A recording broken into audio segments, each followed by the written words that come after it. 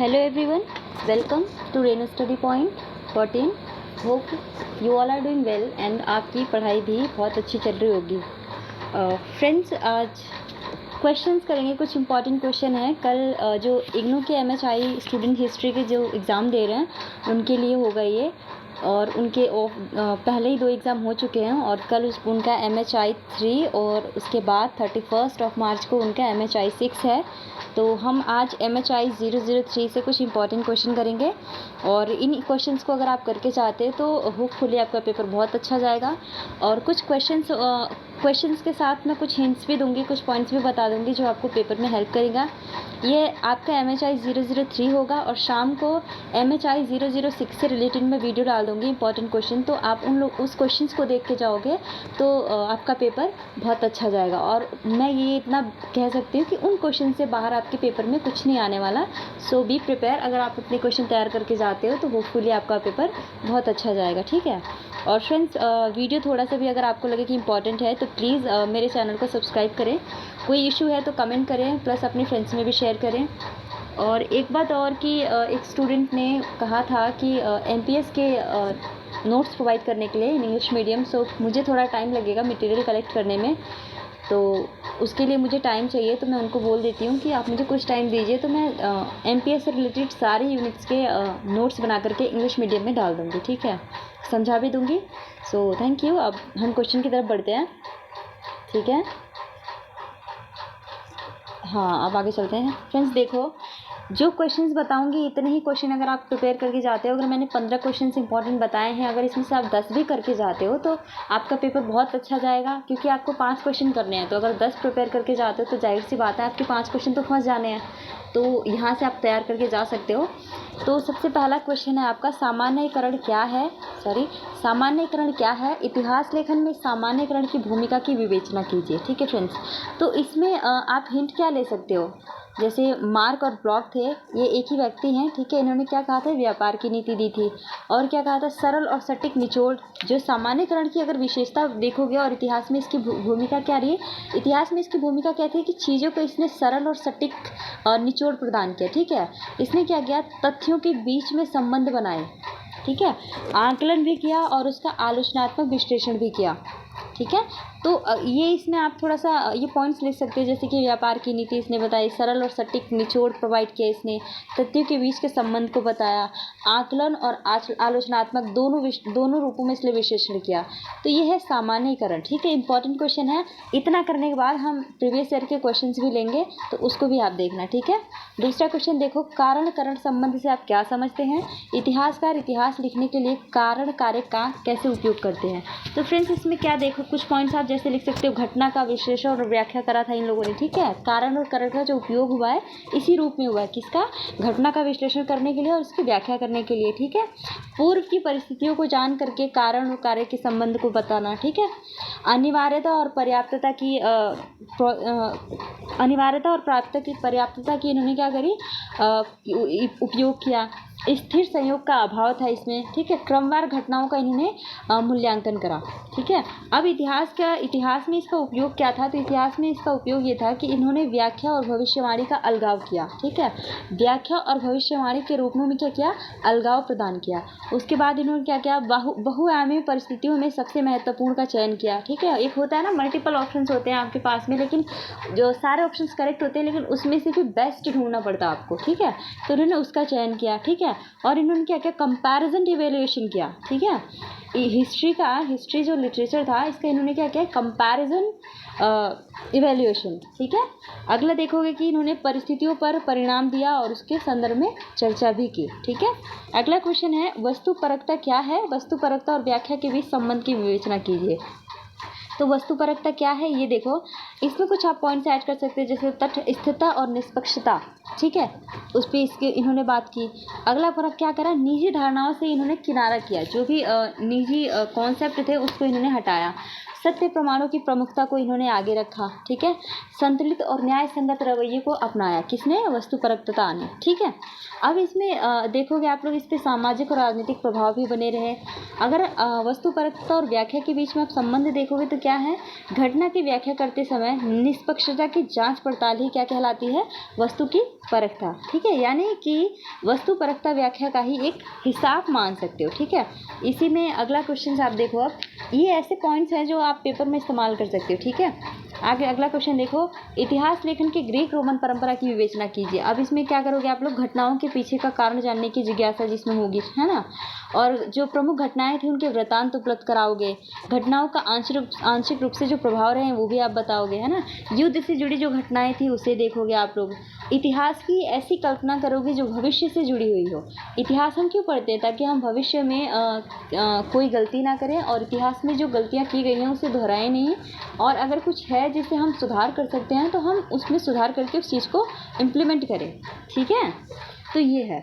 और उस टाइम पे आप देखोगे क्या कि मेनली जो उस टाइम के जो विषय थे किससे संबंधित थे? राजा के जीवन से, शासक के जीवन से संबंधित विषय थे, ठीक है। अगला क्वेश्चन देखो, परंपरागत चीनी इतिहास लेखन के मुख्य विशेषताओं का वर्णन कीजिए। तो यहाँ पे इन्होंने क्या किया? शी जी नाम का एक दस्तावेज आप इसमें पढ़ोगे जो कि बहुत ज़्यादा इंपॉर्टेंट है आपके इस क्वेश्चंस में।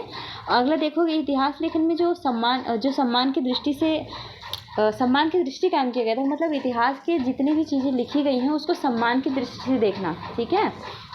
इसके अलावा आप देखोगे कि इतिहास लेखन में दर्शन शास्त्र, नीति शास्त्र और शासन काल से जोड़कर भी देखा गया है ना। धर्म से जुड़े लेखन कार्य भी किए गए हैं, शासन से जुड़े लेखन कार्य किए गए हैं, ठीक है। ये इसमें आप ऐड कर सकते हो। अगला क्वेश्चन देखो, प्राचीन भारत इतिहास लेखन की एक परंपरा पर टिप्पणी कीजिए। तो इसमें आपको क्या बताना है कि इतिहास की समझ में परिवर्तन कैसे हो रहा है ना।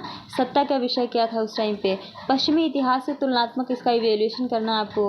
उस टाइम पे ब्राह्मणवादी विचारधारा थी, उसकी शुरुआत कैसे हुई, महाकाव्य, पौराणिक वंशावली, प्रशस्ति, धार्मिक संस्थाओं के अधीन, मतलब ये सारे पॉइंट्स आप इसमें ऐड करके इस क्वेश्चन को प्रॉपरली लिख सकते हो, ठीक है।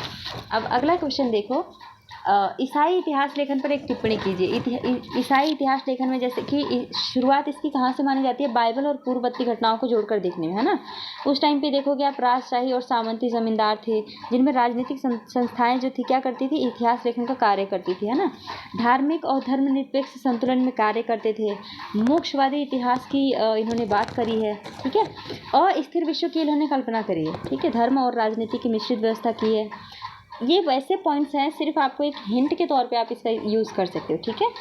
अगला क्वेश्चन देखो, 11वीं और 12वीं शताब्दी के अरबी इतिहास लेखन परंपरा में हुए परिवर्तनों का संक्षिप्त वर्णन कीजिए, ठीक है। तो यहाँ पे क्या देखोगे कि सटीक लेखन शैली के स्थान पर क्या किया गया? कथाओं का उल्लेख किया गया था, है ना।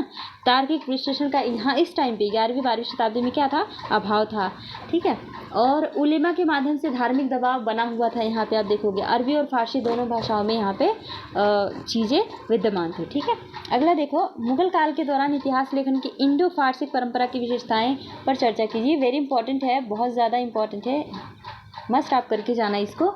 तो यहाँ पे आप क्या देखोगे कि जो सरकारी इतिहासकारों का जो मुगल काल के दौरान इंडो फारसी जो परंपराएं थी, इनकी विशेषता क्या थी? यहाँ पे विशेषता ये थी कि जो सरकारी इतिहासकारों ने जो इतिहास लेखन की बातें करी है ना, शासकों द्वारा इतिहासकारों की नियुक्ति की जा रही थी, शासकों का जीवन यहाँ पे मुख्य विषय बना हुआ था। तो ये पॉइंट्स आप इसमें ऐड कर सकते हो। अगला क्वेश्चन देखो, इतिहास लेखन की राणकेवादी परंपरा पर एक आलोचनात्मक टिप्पणी कीजिए। फ्रेंड्स, ये भी बहुत इंपॉर्टेंट है। ऐसा नहीं है कि सारे इंपॉर्टेंट नहीं है, सारे इंपॉर्टेंट है। अगर मैंने 15 बताएं तो आपको एटलीस्ट 10 करके ही जाना है, ठीक है। तो जो इतिहास लेखन की राणकेवादी परंपरा है, तो फ्रेंड्स आपको मैं बता दूं, जो राणकेवादी है ये एक व्यक्ति का नाम है, ये इनकी विचारधारा को है इसके वादी बता दिया गया, लेकिन इनका पूरा नाम क्या है? लियोपोल्ड, ठीक है, लियोपोल्ड फॉन रानके, ये इनका पूरा नाम है, ठीक है। इसके जनक माने जाते हैं ये, इसीलिए इस विचारधारा को रानकेवादी नाम दिया गया, ठीक है। अब इसमें क्या है, जैसे देखते हैं, मैं बता देती हूँ इसमें क्या आपको करना है। तो इसका हिंट ये है कि जो रानकीवादी परंपरा थी ये इसके जनक माने जाते थे।